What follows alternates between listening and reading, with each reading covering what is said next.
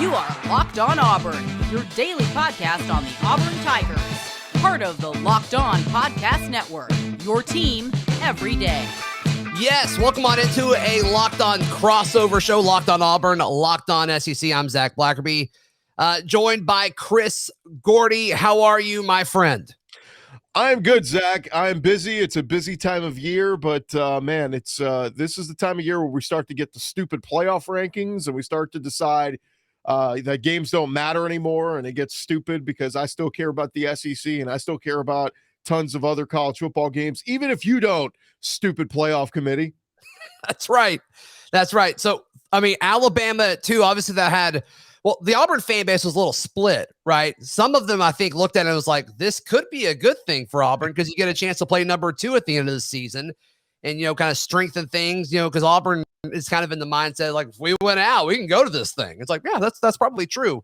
And then there's the other side of, oh, the Bama bump. Everything is all about Alabama. Doesn't matter what they do. You know, everybody's trying to get Alabama into the postseason. But I think both of those things can be true to some extent, but yeah, it was kind of split down the middle. That's kind of been the biggest talking point that I've heard around town today. Yeah, it's a little silly because I don't know. I get a little fatigued. There's an aspect where I respect the Nick Saban and the dynasty and the Alabama, you know, this run that they have had, but also I host the Locked On SEC podcast where 13 other fan bases don't give a damn about Alabama and hope they lose and want bad things to happen for them. But right. I feel like we've become so victim to just saying every year, oh, Alabama, they're just dominant and they're one of the 4 best teams. Talent-wise, sure. But if we're just going to base this thing off talent-wise, and, you know, I hear these idiots say every year, oh, yeah, well, I mean, Alabama's clearly one of the 4 best teams. Well, yeah, they have the number 1 recruiting class every year. They're always going to be one of the 4 best teams. But the resume should matter. The games, the results matter. Wins, losses, all of that. So Alabama lost to Texas A&M in College Station. It was a close loss, but it was a loss, and it should hurt them. And an undefeated Cincinnati and some of these other teams, like, I just think they should get the benefit of the doubt, at least right now. Alabama will have a chance to improve their resume. And if Auburn, like you said, keeps winning, and the last week of the season, Auburn is a top, let's say they sneak into the top 10, and Bama beats them convincingly, then yes, Alabama should move up. But right now, I just didn't feel like Alabama has anything on their resume that says they should be the number 2 team in the college football playoff rankings. So it's all arbitrary. It doesn't matter. Sure. You know, they say they'll change these things week in and week out or whatever, but I just feel like so often they make excuses for them. And it's like, man, are these guys just trying to kiss Saban's ass? Are they trying to get on his Christmas card list? Like, what's the deal that they can never fault Alabama for anything? It's crazy. Oh, I get it. You know, I don't know. There's all the conspiracies, but, you know, so in the SEC and really in across the landscape of college football, it's 1 and 2, and maybe you don't want to put 2 there. Maybe it's just Georgia that a big drop off, but the next highest ranked team is Auburn. And I think that's something that Auburn fans should be focusing on more than Alabama at number 2. It's, hey, Auburn fans, your team is way ahead of schedule. They really took care of business against an Ole Miss team that, if you would have asked me a few weeks ago, they had no business beating them. And you got a chance to beat a really good A&M team and find yourself in the top 10 a week from now. That I think should be the focus of a lot of people listening to this show. Yeah, and not just that, you know, it's Bo Nix performing well. It's Tank Bigsby in the run game starting to look better. I know you and I talked about a week or 2 ago, and you had some concerns about the run game just being inconsistent. They obviously couldn't run the ball against Georgia. Nobody does. Did find the end zone. That was, you know, a plus. But sure. Against Arkansas, you know, the run game was inconsistent. So it was good to see them run the ball against Ole Miss. Granted, Ole Miss has one of the weaker defenses in the SEC, but they're improved from where they were a year ago. They're going to have their work cut out for them against Mike Elko this week. Mike Elko is a great defensive coordinator. I don't think he's for long in College Station. I think he's going to be getting a head coaching job very soon. Could happen as soon as this offseason, but it's going to be an interesting test. But, man, on the flip side, I love what Derek Mason's been doing defensively with Auburn in recent weeks. I think they're going to have a good plan. It's got to start with trying to slow down the run for A&M up front.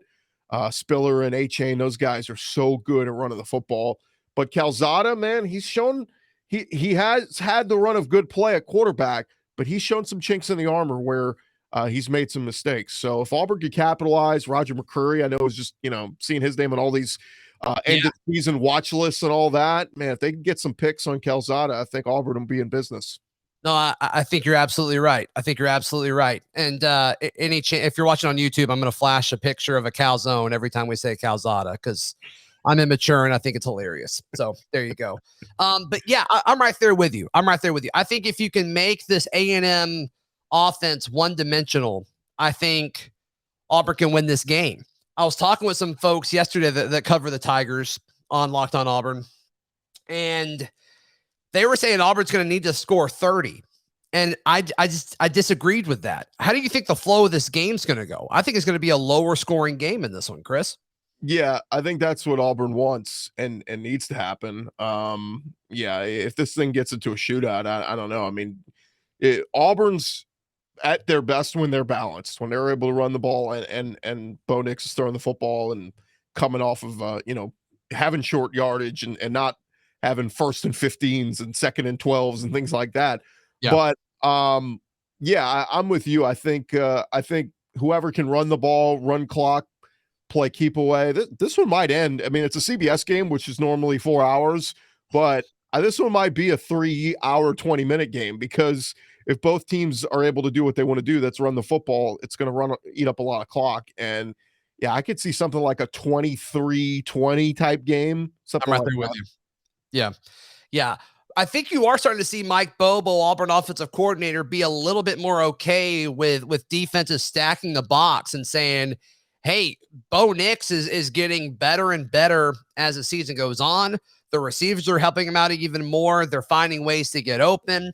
The catch issue seemed to be fixed for the last few weeks anyway. That was an issue earlier in the season, but ever since they made that change at Auburn's wide receivers coach, that's been a trend in the positive direction. So I don't know. I think Auburn has the edge in this one as far as what they've done so far to this year. But Gordy, I'd love your thoughts on this. I've been in the camp of what they've done so far, talking about A&M here, what they've done. Like the Alabama game to me seems a bit like the outlier in all of this. Like, I don't think that's who they are. Alabama had 2 turnovers in the red zone.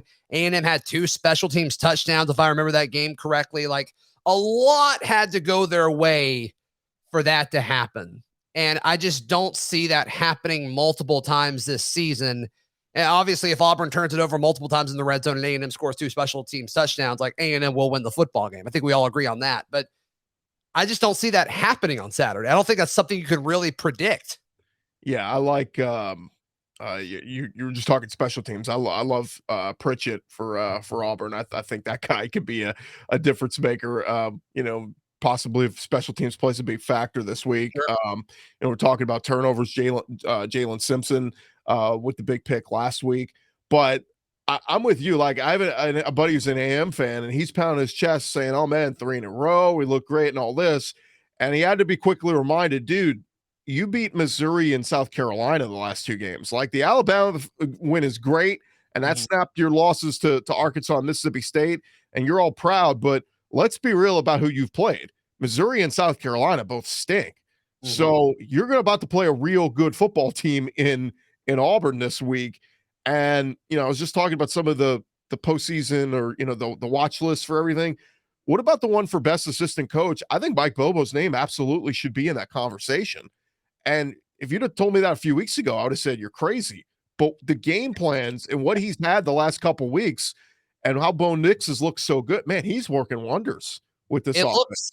The offense looks a little bit different every game, and it adapts to whatever is best for the game plan, which is weird because Auburn fans are used to, running the same 7 plays right for 8 years. You know what I mean? And so it's been cool to see that, and it's been nice. And so I still don't know exactly what they need to do to attack A&M. I mean, A&M's going to have the best, I think the best offensive line, second best defensive line they faced all season. If you want to say Georgia had the best offensive line that they faced all season, I'm fine with that. But top 2 in the trenches.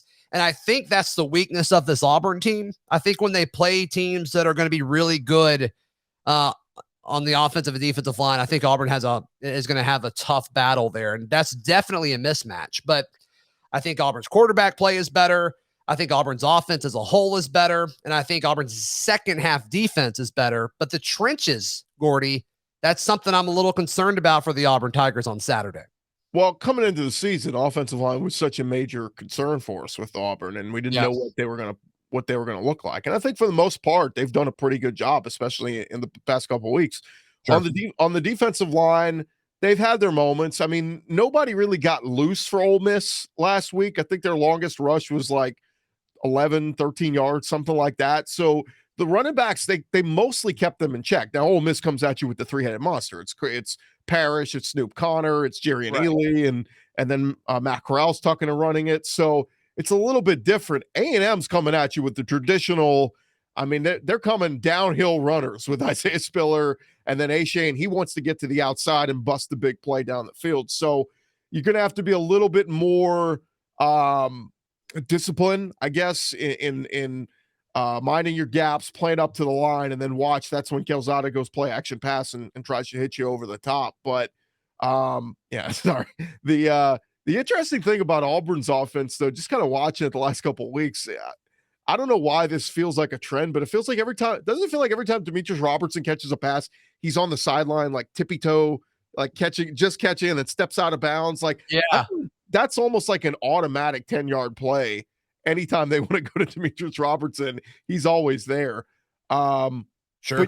But yeah, I mean, I just wish, man, if they had at least one of those receivers left over from last year, I feel like this offense would be so much more dynamic and they could stretch the field and more of that big play. Like, I think that's the one thing, you've got Tank Bigsby. He'll break off big runs and what, 26-yarder last week. But like, you just wish you had that game breaker that could take the top off the defense and really get you a huge play. It would just make this Auburn offense so much better. Yeah, and I don't know if they wanted Robertson to become that guy in the transfer portal because they weren't too aggressive, it seems, in going after wide receivers. It almost seemed like they were good with the guys that they had. I think Kobe Hudson has a ton of upside. I mean, I think he's shown, being a former quarterback and, being a natural wide receiver. I think that's something that Auburn fans are hopeful for, but still every now and then, just when you think he's turned the corner, he'll drop the football. He had that, what could have been a really costly fumble, late against Ole Miss. Unfortunately, the Auburn defense held strong there, but he's just a guy that you expected him to be a little bit more effective downfield, but he's kind of done a little bit of that Eli Stove role where, just get him involved and hope he can kind of make a play after the catch. And he's done it for the most part, but as far as stretching the defense, like you're talking about, they don't really have that guy. And, I don't know, unless they go to the transfer portal, I don't think they'll have that guy next year either, unless, Malcolm Johnson Jr., who's extremely fast. A lot of people thought he'd see the field a little bit more, but I don't know. He's been nowhere to be seen as of late. So, oh, well, that's all right. Yeah. Zach, go ahead, man. No, I was just going to say, I just think I worry about A&M's secondary. This is probably the best A&M secondary they've had since they've been in the SEC. I mean, that was always a weak point on those Sumlin teams and all that, but they've done a good job of recruiting. And, Damani Richardson at safety has been really good. Leon O'Neal, all these guys, they're really good in the secondary. So Bo Nix cannot make any mistakes. Like if he's gonna find his open man, he's got to find his open man. And, up front, DeMarvin Leal, they get after it. So yeah, obviously it goes without saying, if Nix is coming out and he's throwing picks, it's not going to be a good dance. It's over. Yeah. Especially when the crowd gets in it, 110,000 people yelling at you. Absolutely. Hey, today's Locked On SEC and Locked On Auburn, brought to you by our friends at McDonald's. Gordy, we love our friends at McDonald's. I know me growing up, we'd always go there after like little league games, and we still always stop there on road trips. Kind of feels comfortable when you're in the middle of nowhere, kind of driving across the country. We love McDonald's. You know what you're going to get when you get in the drive-through. And so there's a lot of good things going on at McDonald's. I heard you yesterday on Locked On SEC talking about a Locked On SEC watch party at McDonald's. I'm all about it. But of course, today's show brought to you by McDonald's. They've been proudly serving communities since 1965. McDonald's has always been more than just a place to get tasty and affordable food. It's a place where friends and family from the community can come together. A big thank you to our friends at McDonald's for always being there. I'm loving it. What other SEC games are you looking at this weekend, man? I mean, in my mind, it's the Auburn A&M game is the game of the week. But you know, man, I'm LSU, Alabama. There was a chance this was going to be an 11 a.m. game, and I was kind of hoping it would be because it hasn't been in like 20 years or something. Yeah. But it's a night game in Tuscaloosa. LSU's going to get killed. I'm actually surprised the spread is only 28.5. I was thinking it'd be like 31, 32, something like that. I get that. Yeah, I'll just be interested to see, has LSU fully opened up a can of quit under Coach O, knowing he's a lame duck coach and he's done at the end of the year, or are they going to put up a battle? I mean, if I'm Coach O and the staff this week, I'm literally running every trick play in the book. Like I'm fake field goals. I'm doing everything I can just to try to piss off Alabama and try to make them, keep it close and make Saban throw a headset or something. So that'll be an interesting one to watch. Liberty at Ole Miss is a really good one. Liberty maybe not as good as we thought they would be with Hugh Freeze this year. They have a couple losses. Malik Willis, really good quarterback. He can run the ball really well, but I'm curious to see, like, this is a bounce back week for Ole Miss. They've got to bounce back. They have to win this game, but it's no pushover by any means. And it's an early 11 a.m. game. So there's a chance this could be a loss for Ole Miss. Are you buying the Malik Willis, like, first round draft pick hype? I mean, most big boards have him as like the 6th best player in this year's draft class. And it's like, I'm pulling for Malik Willis. Yeah. I wish you would have gotten more of a chance while he was at Auburn. But man, like, I don't know, like a top 10 pick for him. I'm skeptical on that one. Well, that's the weirdest thing is when you look at this quarterback class and, the Matt Corral is projected by some to be a first round pick. And nothing against Matt Corral. I think he can be an NFL quarterback, but like somebody gonna really take him top 10 in the draft? Like it just seems a little odd. So I don't know if I like any of this quarterback crop coming out with the draft next year. And so, God bless any of those teams that are picking top 5, top 10 at quarterback, Steelers, Texans, whoever. But that'll be interesting to see. But the other 2 games I really like this weekend, Tennessee at Kentucky. Tennessee, we know how good they with that fast start they get. One of the hottest scoring teams in the first quarter. So Kentucky's in a bounce back spot where they're looking at their wounds after getting embarrassed by Mississippi State. They got to come back home and figure this thing out.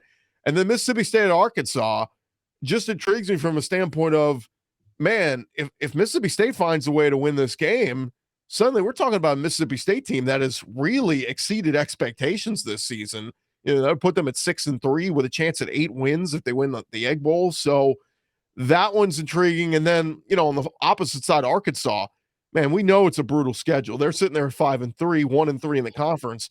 But if they drop to 1-4 and this thing's going sideways, like I think we start to look at Sam Pittman and go, man, all the great things we said about you and everybody loves you and all that, you still got to win some games, man. You still got, I don't know if 6-7 win season is what people are going to get excited about. So yeah, I think it's a big game for Arkansas on that side. And then, of course, Missouri's going to get the floor wiped with them with Georgia. But the only thing I'll bring up is Tyler Beatty is fun to watch, man. The running back for Mizzou, he just had over 250 yards rushing last week. You mentioned earlier, Tank Bigsby had the rushing touchdown on Georgia, and nobody else has done that. Tyler Beatty's going to have a chance. Like, they're going to run the hell out of him. What does Georgia do if this kid keeps coming at him and coming at him and coming at him? Does he break one eventually? So Georgia's going to win big. They're favored by 38, according to Bet Online. But sure. I'll just be curious to see how they, if Tyler Beatty's ever able to have any rushing success against Georgia on Saturday morning. Yeah. The one outside of Auburn, A&M that I'm looking forward to the most is Mississippi State and Arkansas. I still don't know about this Mississippi State team. And I guess when I say I don't know, it's like I don't believe it. I don't believe that they're like a top 20 football team, but they may be. They may be, they're the only team that has 3 wins over folks ranked in the CFP. And it's like, okay, that's why they're ranked so high. I mean, that was the biggest shock from Tuesday night for me when seeing those rankings, but I get it. They really value quality wins. So I understand it. And so, from an Auburn perspective, it's like, okay, Auburn plays Mississippi State next weekend and, Auburn's got a chance to win against 4 ranked teams in a row. And so, what does that do to you, as far as, potential top bowls when this is all said and done? But I'm just curious to see, like, is this Mike Leach Mississippi State thing, like, can it actually work in the conference? I agreed with you coming into the season where it's like, Mike Leach may be on the hot seat when this thing's all said and done. Obviously, that's not the case anymore. He's been really, really impressive. I think he's overachieved a ton, but Gordy, I still don't believe it. I still don't believe that it's a legitimate thing that's happening in the conference. Well, a few things here. So Zach Arnett's doing a really good job with that defense. Take away the Alabama game. They've done a pretty good job defensively.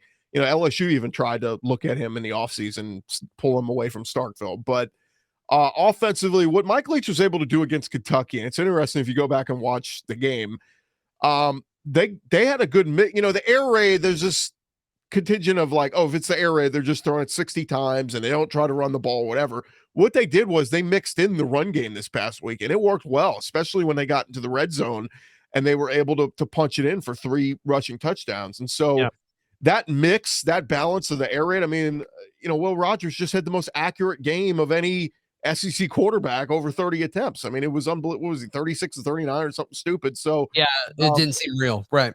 Yeah, and I mean, he leads the SEC in passing. No surprise there. It's a Mike Leach offense. You figured that was going to happen, but no, they are definitely a threat. And, this could go one or two ways. If they beat Arkansas, man, they're playing with a ton of confidence against Auburn a week later. If they slip up and they lose to Arkansas and lay an egg, maybe this thing starts to spiral a little bit and they finish, they lose 3 out of their last 4 or something like that. So that's why I say this weekend is so big for a couple teams. Another one that's big for is Florida. Like, what the hell are you guys doing? Dan Mullen shutting down all his media availabilities the rest of the week and all, and you're going to South Carolina. Shane Beamer's kind of playing with house money. He's going from Luke Doty to Zeb Nolan to who's next? Who wants to play quarterback? He's got nothing to lose. Their expectations for this year was, hey, just make us fun to watch. Sure. So I don't know. I'm curious to see if they start turning the ball over, whether it's Emory Jones or Anthony Richardson. South Carolina's defense at times they can get after it. So that Florida may find themselves in a close ball game in Columbia if they're not careful. Do you see that after all the media press conference debacle in Gainesville, they put up a job listing for a new SID? Did you see that? No, but that's funny if they did. It's a new SID job listing. So if you're into that, if that's a field you want to do and you want to move to Gainesville, there you go. I just know this: when things go sideways, Zach, it never gets better by shutting out access, right? Like, you can meet with the media still, say, I don't really have a comment on that. I don't really have a thought on that. Yeah. But man, when you shut them out, they're vultures. Like, they're going to write and trash you. And, it creates more negativity. Put it that way. I've always had the opinion of, if there's an opportunity for you to make another person's job easier, you should do it.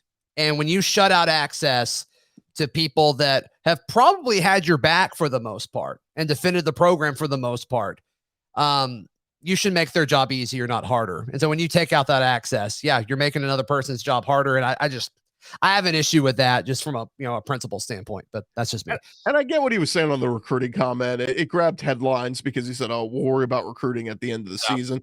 I get what he was saying. Like, I'll address that kind of stuff later on. It's not to say he's not recruiting, but I think that's a big part of Dan Mullen's maybe lack of successes. He's done okay recruiting, but man, you're at Florida.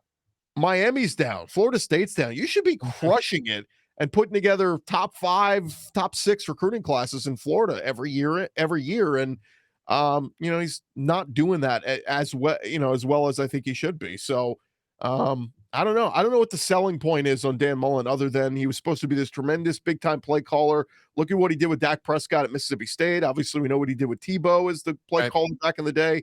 But man, you got 2 presumably good quarterbacks in Emory Jones and Anthony Richardson, and you're falling on your face week in and week out. It's been ugly. Yeah, no, you're right about it. Hey, you mentioned a few of those lines, courtesy of our friends at betonline.ag. Tell folks how they can sign up and why it's the best place in the world to place your sports bets. Well, it's your number one source for all things betting action. And of course, basketball is about to start up. I know some Bruce Pearl fans out there excited to see what this Auburn team is going to look like. And BetOnline, they got all your action every Saturday. I'm going on there looking at the line, seeing we do a little thing, Zach. We look early in the week at what the lines look like, and then we go back and look on Friday, Saturday morning and see what the line movement's been. And normally you're getting a couple of these games shifting. And so it's always fun to see whether you place your bets on a Monday or you're doing it on a Saturday morning just before the games start. Make sure you do it at betonline.ag, your number one source for all things betting. Absolutely. All right, so Gordy, a few minutes left. I just kind of want to get your thoughts while I've got you as you cover the SEC from a bird's eye view. Harsin, what are your thoughts on this guy? I mean, he continues to win people over a little bit more every single week, and just the little things and the way he handles the media and the way he talks publicly, and now there's videos popping up all over the place of their like post-game celebration where the whole team's like throwing water on each other and all that stuff, waiting for their coach to get in there.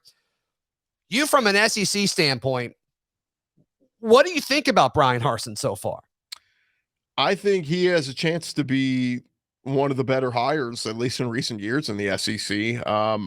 When he first got hired, you looked at the track record. I talked with a guy from Boise State that night who raved about him, said they loved him there. They didn't want to see him go, but they understood it.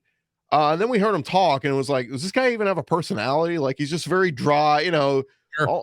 almost like Gus in a way. Like Gus at times was just so dry to hear. But ultimately, none of that stuff matters if you can win on the field and have success on the field. And so, really, outside of the vaccine thing that took off about 2 weeks ago, like he's done everything right. I mean, outside of the and then the firing the assistant coach after the loss, but that's a move that looks like it's worked out well and was a good move. And it seems like this team has responded. And again, I think he is letting his coaches coach. And I say that because not everybody does that. Not every, a lot of these head coaches like to be a little bit of a dictator. They like to meddle. They like to have their hands in things. And it seems like Harsin, whether it's him sitting down with Bobo at the start of the week and saying, here's our game plan, whatever, he's letting him run the offense and doing a good job. And then, of course, we know what Derek Mason's doing with the defense has been much improved. So, yeah, man, right now he gets a passing grade, and, he's, in my mind, one of the better offseason hires so far. When you look even just around all college football, Sarkisian's kind of been stubbing his toe at Texas. Everybody thought that's home run hire. Yeah, well, look at Texas. Losing to Baylor, losing to Arkansas. I mean, they're losing games left and right. But Bryan Harsin, man, he just seems to be responding here. And that, look, I thought he put up as good of a fight as you could against Georgia. Everybody knows how dominant they are. But outside of that, man, you just wish they could have somehow pulled off that Penn State win, because you'd be sitting really pretty right now. You're right. You're absolutely right. The narrative earlier this week in Sports Talk Radio throughout Alabama was potential SEC Coach of the Year. Do you think he could possibly do that, or do you think they got to give it to Kirby, considering how dominant Georgia's been? Yeah, I mean, in my mind, when we do the Coach of the Year stuff, it's always got to be what were the expectations. And coming into the year, we expected Georgia to kill it. Like, right. Somebody said this a while back, like Nick Saban could really win it every year if we're just going based off performance, right? Because Alabama's always good and they always are right up there and either undefeated or one loss. But if we're just talking about teams that have exceeded our expectations, I think Kentucky and Mark Stoops, granted that took a little bit of a dip this past week and losing like they did to Mississippi State. I think, I don't know if he'll get many votes, but Josh Heupel just taking what he had at Tennessee and making them relevant. Like that's been incredible to see that offense with all the pieces they lost. Like that's been interesting. But yeah, I don't know how you can't go with Bryan Harsin as kind of in the driver's seat for Coach of the Year in my mind, just because again, I can't go Kirby because we expected them to be this good. We expected Georgia to be in the college football playoff hunt. Nobody expected Auburn to be sitting there second in the West at this point in the year. Does Mike Leach crack that conversation at all? We just talked about how we both thought he would get fired at the end of the year. Yeah, he will. I mean, again, he's got to win a couple more games in my mind. Mm-hmm. But man, if he goes into Arkansas and wins there this week, and that team is sitting at 4-2 in the conference, and 6-3 overall. Yeah, I think Mike Leach is in there. I mean, Kiffin, I think people wanted to, but look at Ole Miss, the way that they've kind of started to spiral here. So, sure. And then maybe if A&M wins out, maybe you consider Jimbo, just because he was dealt a rough hand with the quarterback injury, and that's when they took their 2 losses and all that. But yeah, in my mind, if I had to give it out, I'd give it to Bryan Harsin. Sure. No. Locked On Auburn listeners will love that. Gordy, how can people find you and hear you and all that good stuff? LockedOnSEC.com, the easiest way, or just search Locked On SEC wherever you find your podcast. We got an interview up with Joseph Goodman from AL.com, and yes, sometimes he's a little bit of a homer, a little bit of a shield for the Alabama Crimson Tide, but his new book out is called We Want Bama, and it's about Alabama's championship season last year. Now, the thing is, he's as he tells it, there's actually some good stories in there that, like, if you're just a fan of SEC football, you'll appreciate it because there's some stories told behind the scenes along the way. It's not just for Alabama fans, but sure, if you don't want to read about, if you want to read about Alabama winning a national championship, then, I get it if you don't want that. But anyway, got that up with Joseph Goodman. Really good stuff talking with him. Awesome, man. Always enjoy chatting with you, Chris Gordy. I'm Zach Blackerby. You can check out Locked On Auburn every single day on YouTube and wherever you get your podcast. We'll be back tomorrow right here on the Locked On Podcast Network.